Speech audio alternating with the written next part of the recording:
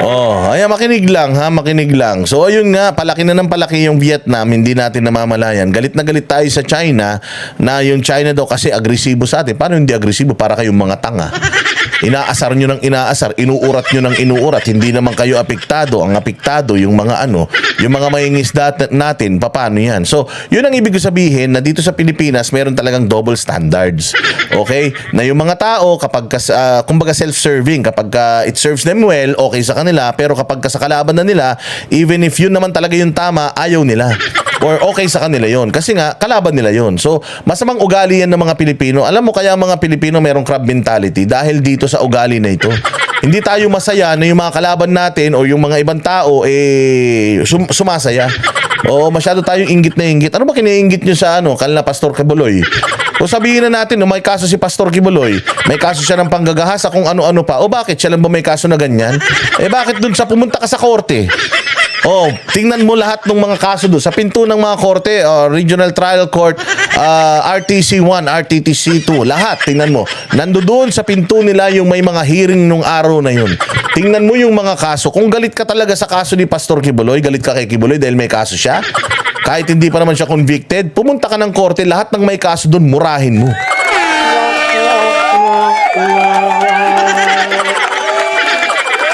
Hindi yung idadahilan mo, kasi rapist yan kasi ganito yan kasi ganyan yan Umamin na kayo. Hindi issue sa inyo yung kaso niya. Ang issue sa inyo kasi ang yaman-yaman nila. Ang issue sa inyo, mas mayaman yung relihiyon nila sa relihiyon nyo. Aminin po ninyo yun. Wala kayong pakialam sa kaso niya dahil problema niya yun. Hindi naman kayo mga magulang nung mga nagre-reklamo na yan. Okay lang sa akin na magalit sa kanya nagre-reklamo. Ilang piraso ba yan? Pero kung kayo naman hindi naman kayo hindi nyo naman kamag-anak yung nagkakaso. Mas galit na galit pa kayo dun sa mga kamag-anak nung nagkakaso. Grabe, pag nakita mo yung mga post sa social media, pag nag-post ka tungkol kay Pastor, pucha yan, yung mga comment dun, rapist, mga comment dun, manyakol. Imagine, kilala mo ba si Pastor? Kilala ka ba ni Pastor? Ni putangin na ka, hindi ka pa nga nakapanood ng mga preachings niya. Nagsasalita ka na ng ganyan because you are coming from a jealous point of view.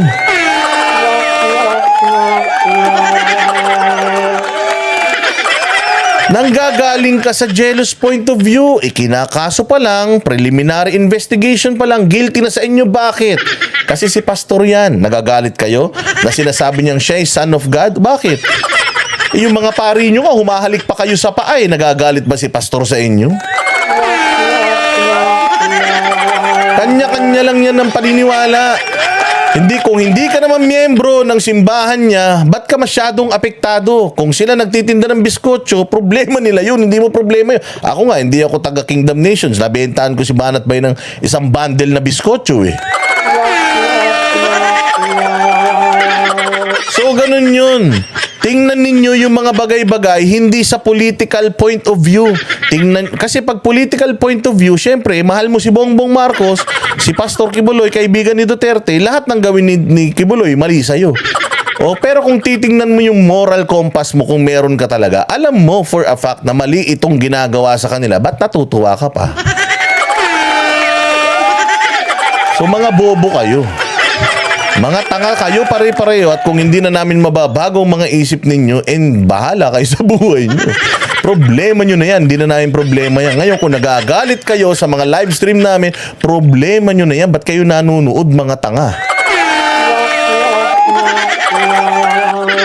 Ganun lang yan. So if you are coming from a jealous point of view, definitely magagalit ka kay Pastor Kibuloy. But if you're gonna look at what happened yesterday, mga bata, minor de edad, pinepwersa ng mga police, full battle gear, papasok ng simbahan. Anong meron dun? Alam mo kung anong meron dyan sa Kingdom Nation? Mga puno, tsaka mga damo, mga walis tambo, kasi wala silang katapusan dyan magwalis ng magwalis. Oo, kaya nga nakikita nila yung mga itinanim na mga balay. Dahil wala silang katapusang magwalis ng magwalis, maglinis ng maglinis. Pag pumasok ka dyan, kahit yung semento, pwede mong dilaan.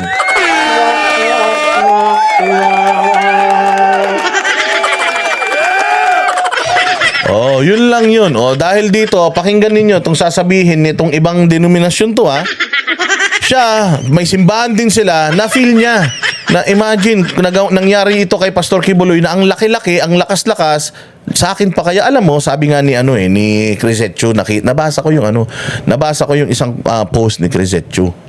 Sabi ko, oo nga, kasi habang pinapanood ko mga boss yung nangyayari kahapon, gigil na gigil ako. Bigla akong gustong maging si Iron Man, pagpapatayin ko lahat yung mga umaalipusta sa kanila. Alam mo yung gano'n, sabi ko, sana mutant ako. Sana ako si Wolverine, tapos pagkakakalmutin ko silang lahat para maputol yung mga kamay nila. O yun, somewhat sobrang gigil na gigil ka, wala kang magawa kasi alam mo na, putya, umaabuso na sila, tapos ikaw powerless ka, nakikita mo yung mga taong simbahan, ginugulpi-gulpi nila, tinutulak-tulak nila. Ikaw, putya, sino dito? Ang mga nanonood kahapon, nagigil na gigil, gusto nyo mamatay lahat yung mga pulis na yan. Di ba lahat tayo ganun ang nararamdaman? Oo, promise. Sabi ko, shit, sana totoo yung ayo. Kung siguro kung kami, yung Avengers kami nila Banat Bay, pumunta kami dyan, pinuha ko yung mga pulis, tapos binitawan ko sa langit. Di sobrang inis na inis talaga ako sa totoo lang. Yung alam mo yun, sa sobrang inis mo, wala kang magawa, nagmumura ka na lang, tapos pinapanalangin mo, mamatay na silang lahat, di ba? O sino dito yun? Taas ang kamay nung kahapon nanonood na. Alam ko ito, ayaw to ni Pastor eh. Yun nga yung ibig sabihin. Mayroon lang akong ididikit dito na istorya. Kasi nga, si Crisetio, meron siyang pinost na sabi niya, imaginein mo si Pastor Kibuloy, meron daw siyang kumbaga yaman na kayang impluwensyahan ng lahat. Ganun kayaman ang Kingdom of Jesus Christ. Kaya nilang impluwensyahan ng lahat. Kaya ng Kingdom of Jesus Christ, dapat nga mahiya ang gobyerno diyan. Siguro kaya nila dinudurog ang Kingdom of Jesus Christ kasi nga hiyang-hiya sila. Mantak mo, they have all the budget in the Philippines, tapos hindi nila mapaganda Pilipinas. Samantalang ang Kingdom of Jesus Christ, sila lang napapaganda nila, napapayaman nila yung kanilang simbahan, yung kanilang mga compounds. Imaginein mo, wala tayong sariling mga facilities na ganyan, sila meron. May kingdom sila, tayo walang mga ganyan. So, meron tayong mga ginagawa natin diyan sa Tarlac, diyan sa may New Clark City, 'di ba? Pero ang ibig kong sabihin, mga bossing, ang ibig kong sabihin is si Pastor Kibuloy naging self-sustainable sila. Wala silang inaabuso, inaabalang mga tao kundi mga sarili. Kung halimbawa, magsampalan sila sa loob ng simbahan, wala kayong paki. Kasi sila yan. Tradisyon nila yan. Kung ang tradisyon nila, magtadyakan sila 3 oras isang araw, wala kayong pakialam. Yun ang yun ang paniniwala nila eh. Kung sa inyo walang ganun at naiinggit kayo sa kanila dahil may mga ganun, di sumapi kayo sa kanila. Yun kung makakasapi kayo. Ang sa akin lang, mga bossing, malinaw na ang Kingdom of Jesus Christ ay self-sufficient. Inggit na inggit ang gobyerno sa kanila. Bakit? Nagmumukhang tae ang gobyerno. Nasa kanila na lahat ng pera. Lahat ng tao nagkandakuba, magbayad ng buwis. Ngayon, nagagalit kayo sa Kingdom of Jesus Christ, nagbebenta sila ng mga biskotso.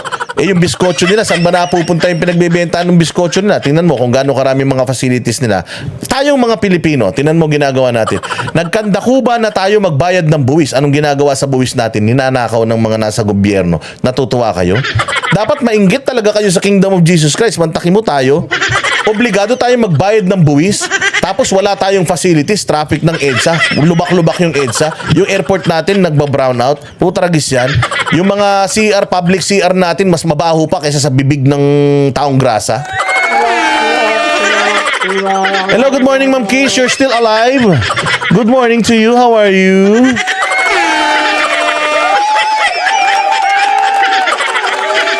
Diba? Yun lang yung gusto kong sabihin, ha? So tayo, nagagalit kayo sa Kingdom of Jesus Christ, nagbibenta sila ng biskotso, nagbibenta sila ng kung ano-ano mga produkto nila, para sa kanila yun. Yung kikitain nun, pupunta sa isang pitaka. Tapos pagagandahin nila lahat. O ano masama ron? Nagbabayad ka ng buwis, ninanakaw nga ng mga nasa gobyerno, nagrereklamo ka ba? Nagrereklamo ka sa Kingdom of Jesus Christ, nagbebenta sila, pinaghirapan naman nila. Ikaw nga, nagbabayad ka ng buwis, ninanakaw ng mga nasa gobyerno, nagreklamo ka ba?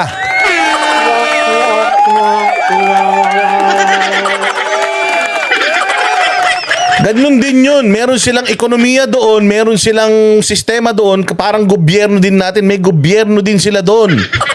Yun po ang ibig natin sabihin. Ba't kayo nagagalit sa kingdom? O hindi ba? Wala kayong dapat ikagalit sa kingdom because whatever happens inside their kingdom, sa kanila yun. That's all up to them.